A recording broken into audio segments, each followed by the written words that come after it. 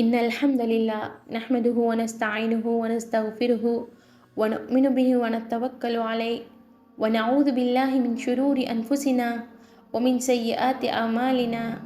من يهد الله فلا مضل له ومن يضلله فلا هادي له. أشهد أن لا إله إلا الله وأشهد أن محمدا عبده ورسوله. أما بعد. விண்ணுலகை வியக்க வைத்த மண்ணுலகை மயக்க வைத்த பேரினமாம் பெண்ணினத்தை படைத்து அப்பெண்ணுக்குள் எம்மை கருவாக்கி கருமூலம் எம்மை உருவாக்கி உலகை விரிவாக்கி வைத்த அல்லாஹுக்கே எல்லா புகழும். அல்ஹம்துலில்லா. அன்பார்ந்த சகோதரிகளே, தாய்மார்களே, சுவனத்தின் காணிக்கையாம் இனிய சலாத்தை என் நெஞ்சமெனும் மஞ்சத்தில் வஞ்சமின்றி முன்வைக்கிறேன். அஸ்ஸலாமு அலைக்கும் வரஹ்மத்துல்லாஹி வபரகாத்துஹு.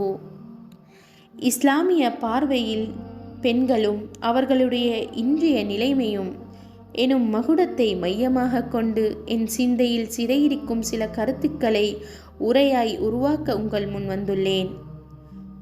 இஸ்லாம் எனும் பூங்காவனத்தில் வாடாத மலராக வசந்த காற்றாக வலம் வந்து பெருமை சேர்க்கும் பேரினமே பெண்ணினம் என்றால் அது மிக இல்லை.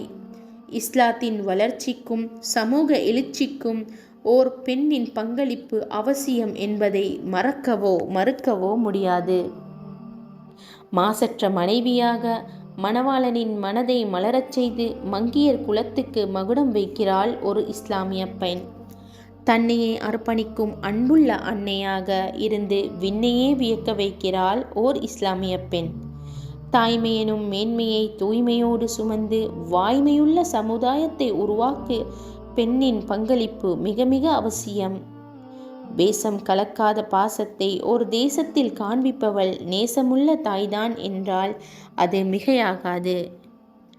பெண்கள் சமுதாயம் இந்த நூற்றாண்டில் போராடி பெற்ற நியாயமான பல உரிமைகளை 1400 ஆண்டுகளுக்கு முன்பே அவர்கள் எந்தவிதமான போராட்டமும் நடத்தாமலேயே இஸ்லாம் வழங்கிவிட்டது. வழிபாட்டு உரிமையில், சொத்துரிமையில், விவாகரத்து உரிமையில், கல்வி கற்பதில் என அனைத்து உரிமைகளையும் வழங்கி அவர்களை கண்ணியப்படுத்திய ஒரே ஒரு மார்க்கம் இஸ்லாம். இருந்த போதிலும் பெண்கள் ஐவேளை தொழுவதற்காக பள்ளிவாசலுக்குள் அனுமதிக்கப்படுவதில்லையே என்ற கேள்வி எழலாம். நபிகள் நாயகம் ஸல்லல்லாஹு அலைஹி வஸல்லம் அவர்கள் காலத்தில் பெண்கள் பள்ளிவாசலுக்கு தினமும் சென்று தொழுகையில் பங்கேற்றுள்ளனர். உங்கள் துணைவியர் பள்ளிவாசலுக்கு செல்ல அனுமதி கேட்டால் அவரை தடுக்காதீர்கள் என்று நபிகள் நாயகம் ஸல்லல்லாஹு அலைஹி வஸல்லம் அவர்கள் கூறியுள்ளார்கள். பெண்கள் பள்ளிவாசலுக்கு வந்து வழிபடலாம், கூட்டுத் தொழுகையில் பங்கேற்கலாம் என்பதற்கு நபிகளாரின் வாழ்வில் நடந்த நடைமுறைகளே சான்றாகும். பெண்கள் பள்ளிவாசலுக்கு செல்ல தடையில்லை, ஆனால் அவர்கள் வீட்டில் தொழுவதே சிறந்தது என்பது நபிகளாரின் கூற்று. இது பெண்களுக்கு வழங்கப்பட்ட சலுகையே தவிர உரிமை பறிப்பு அல்ல. ஐவேளை தொழுவதற்கு பெண்கள் பள்ளிவாசலுக்கு கட்டாயம் வர வேண்டும் என்று விதிக்கப்பட்டிருந்தால் அது அவர்களுக்கு சுமையாக இருந்திருக்கும். மேலும் இறை இல்லமான காபாவில் ஆண்கள் ஹஜ் கடமையை நிறைவேற்றுவதைப் போல பெண்களும் நிறைவேற்றுகின்றனர், தொழுகின்றனர். எனவே பெண்கள் பள்ளிவாசலுக்கு வருவதை இஸ்லாம் தடுக்கவில்லை. ஒரு முஸ்லிமான பெண் பருவ வயதை அடைந்து விட்டால் எல்லா வகையான பொருளாதார உரிமைகளையும் பெறுகிறாள். திருமணத்திற்கு முன்பே பணம், சொத்து ஆகியவற்றை சொந்தமாக்கி கொள்ள, முதலீடு செய்ய, அதை அபிவிருத்தி செய்ய, செலவழிக்க உரிமை பெற்றவளாகிறாள். தனது சொத்தை தான் நினைத்த வழிகளில் பயன்படுத்தி கொள்ளலாம் எனும் உரிமையை பெண்களுக்கு இஸ்லாம் முன்பே வழங்கிவிட்டது. ஆனால் இந்த உரிமையை பிரிட்டிஷ் அரசு 1870ஆம் ஆண்டில்தான் பெண்களுக்கு வழங்கியது. அது மட்டுமா, பெண்களுக்கு சொத்தில் பங்கு வழங்கிய மார்க்கமும் இஸ்லாம் என்பதை எவராலும் மறுக்க முடியாது. பெற்றோரோ நெருங்கிய உறவினர்களோ விட்டு சென்ற சொத்தில் ஆண்களுக்கும் பாகம் உண்டு. அவ்வாறே பெற்றோரோ நெருங்கிய உறவினர்களோ விட்டு சென்ற சொத்தில் பெண்களுக்கும் பாகம் உண்டு. அல் குர்ஆன் சூரத்துன் நிசா 7வது வசனம் என்ற இறை வசனத்தின் மூலம் பெண்களுக்கான வாரிசுரிமை உறுதி செய்யப்பட்டது. ஓர் ஆணுக்கு 2 பெண்களுக்கு கிடைக்கும் பங்கு போன்று கிடைக்கும் என்று அல்லாஹ் உங்களுக்கு அல் குர்ஆனில் உபதேசிக்கிறான். அல் குர்ஆன் வசனம் சூரா அன்-நிசா 11வது வசனத்தில் லிஸ்ஸக்கரி மிஸ்லு ஹல்லில் உன்சயைன் என்பதின் மூலம் சொத்தில் ஆணுக்கு 2 பங்கும் பெண்ணுக்கு 1 பங்கும் வழங்க வேண்டும் என்பதை வலியுறுத்தியுள்ளான். ஒரு பெண்ணை திருமணம் செய்து கொடுப்பதற்கு பெற்றோரின் விருப்பத்தை விட பெண்ணின் விருப்பமே இன்றியமையாததாகும் என்பதை இஸ்லாம் எடுத்தியம்புகிறது. திருமணத்திற்கு முன்பு கணவன் மணக்கப் போகும் தன் மனைவிக்கு அவன் சக்திக்கேற்ப மணக்கொடை, அதாவது மகர் கொடுக்க வேண்டும். மகர் தொகையை நிர்ணயம் செய்யும் உரிமை பெண்களுக்கே உண்டு. உலகிலுள்ள பல மதங்களும் விவாகரத்து செய்வது பாவம் என்று கருதி வந்த காலத்தில் இல்லற வாழ்வில் இணைந்து வாழ முடியாத நிலை வரும்போது மனவிலக்கு, விவாகரத்து, தொலாக் பெறுகின்ற உரிமையை ஆண் பெண் இருவருக்கும் இஸ்லாம் வழங்கியது.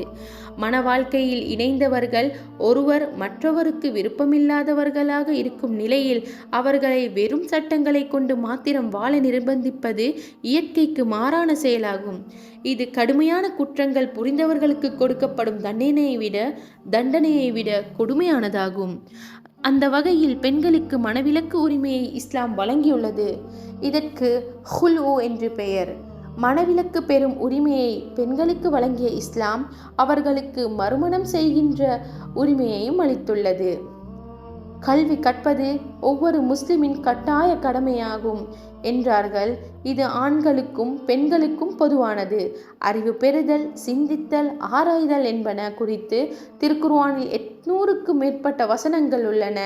இது தொடர்பான நபிமொழிகளும் உள்ளன. இவை ஆணுக்கும் பெண்ணுக்கும் பொதுவானவை.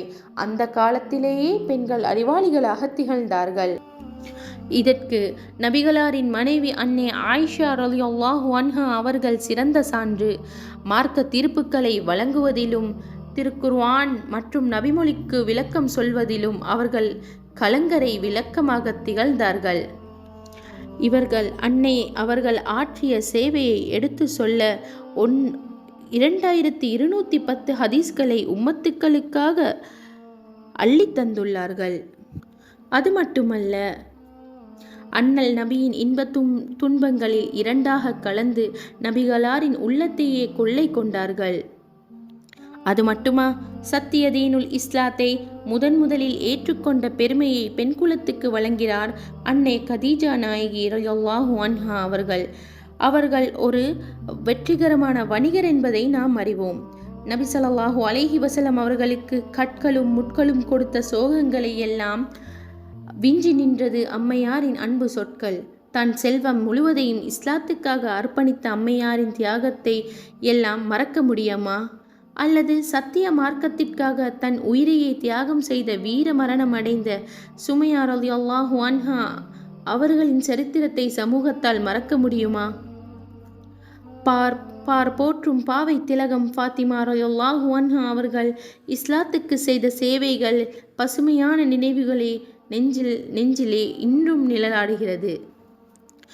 ஆம் சகோதர சகோதரிகளே, அன்றைய உம்மஹாத்துல் முஃமினீன்கள் இஸ்லாத்துக்கு ஆற்றிய பங்களிப்பை வார்த்தைகளால் வடிப்பதே சிரமம். ஆனால் இன்றைய நவீன காலப்பகுதியில் பெண்களின் நிலையை பற்றி சற்று சிந்தித்து பாருங்கள். பெண்கள் உலகத்தின் கண்கள் எனும் பேருண்மையை நிலைநாட்டி பெண்ணாக மதிக்கப்பட வேண்டிய பெண் இன்று மண்ணாக மிதிக்கப்படுகிறாள். கண்டதே காட்சி, கொண்டதே கோலம் என்று வாழ தலைப்பட்டு விட்டாள்.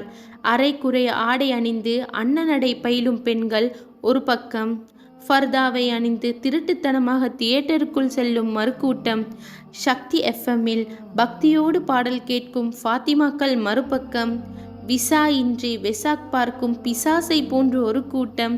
அது மட்டுமா, தன் உடையை காட்டி, இடையை காட்டி, ஆட்டி, ஆசையை மூட்டி வாலிபர்களை வாட்டி வதைக்கும் பெண்கள் டயானாக்கள் அல்ல, நம் ரியானாக்கள் தான்.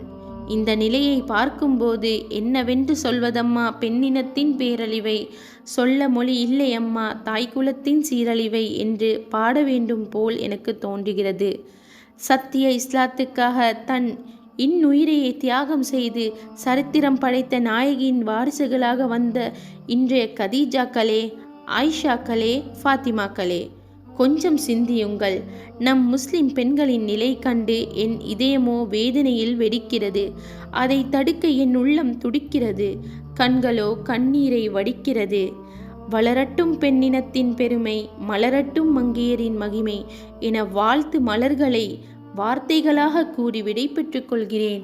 வஆஹிரு தஅவானா அனில் ஹம்துலில்லாஹி ரப்பில் ஆலமீன். அஸ்ஸலாமு அலைக்கும் வரஹ்மத்துல்லாஹி வபரகாத்துஹு.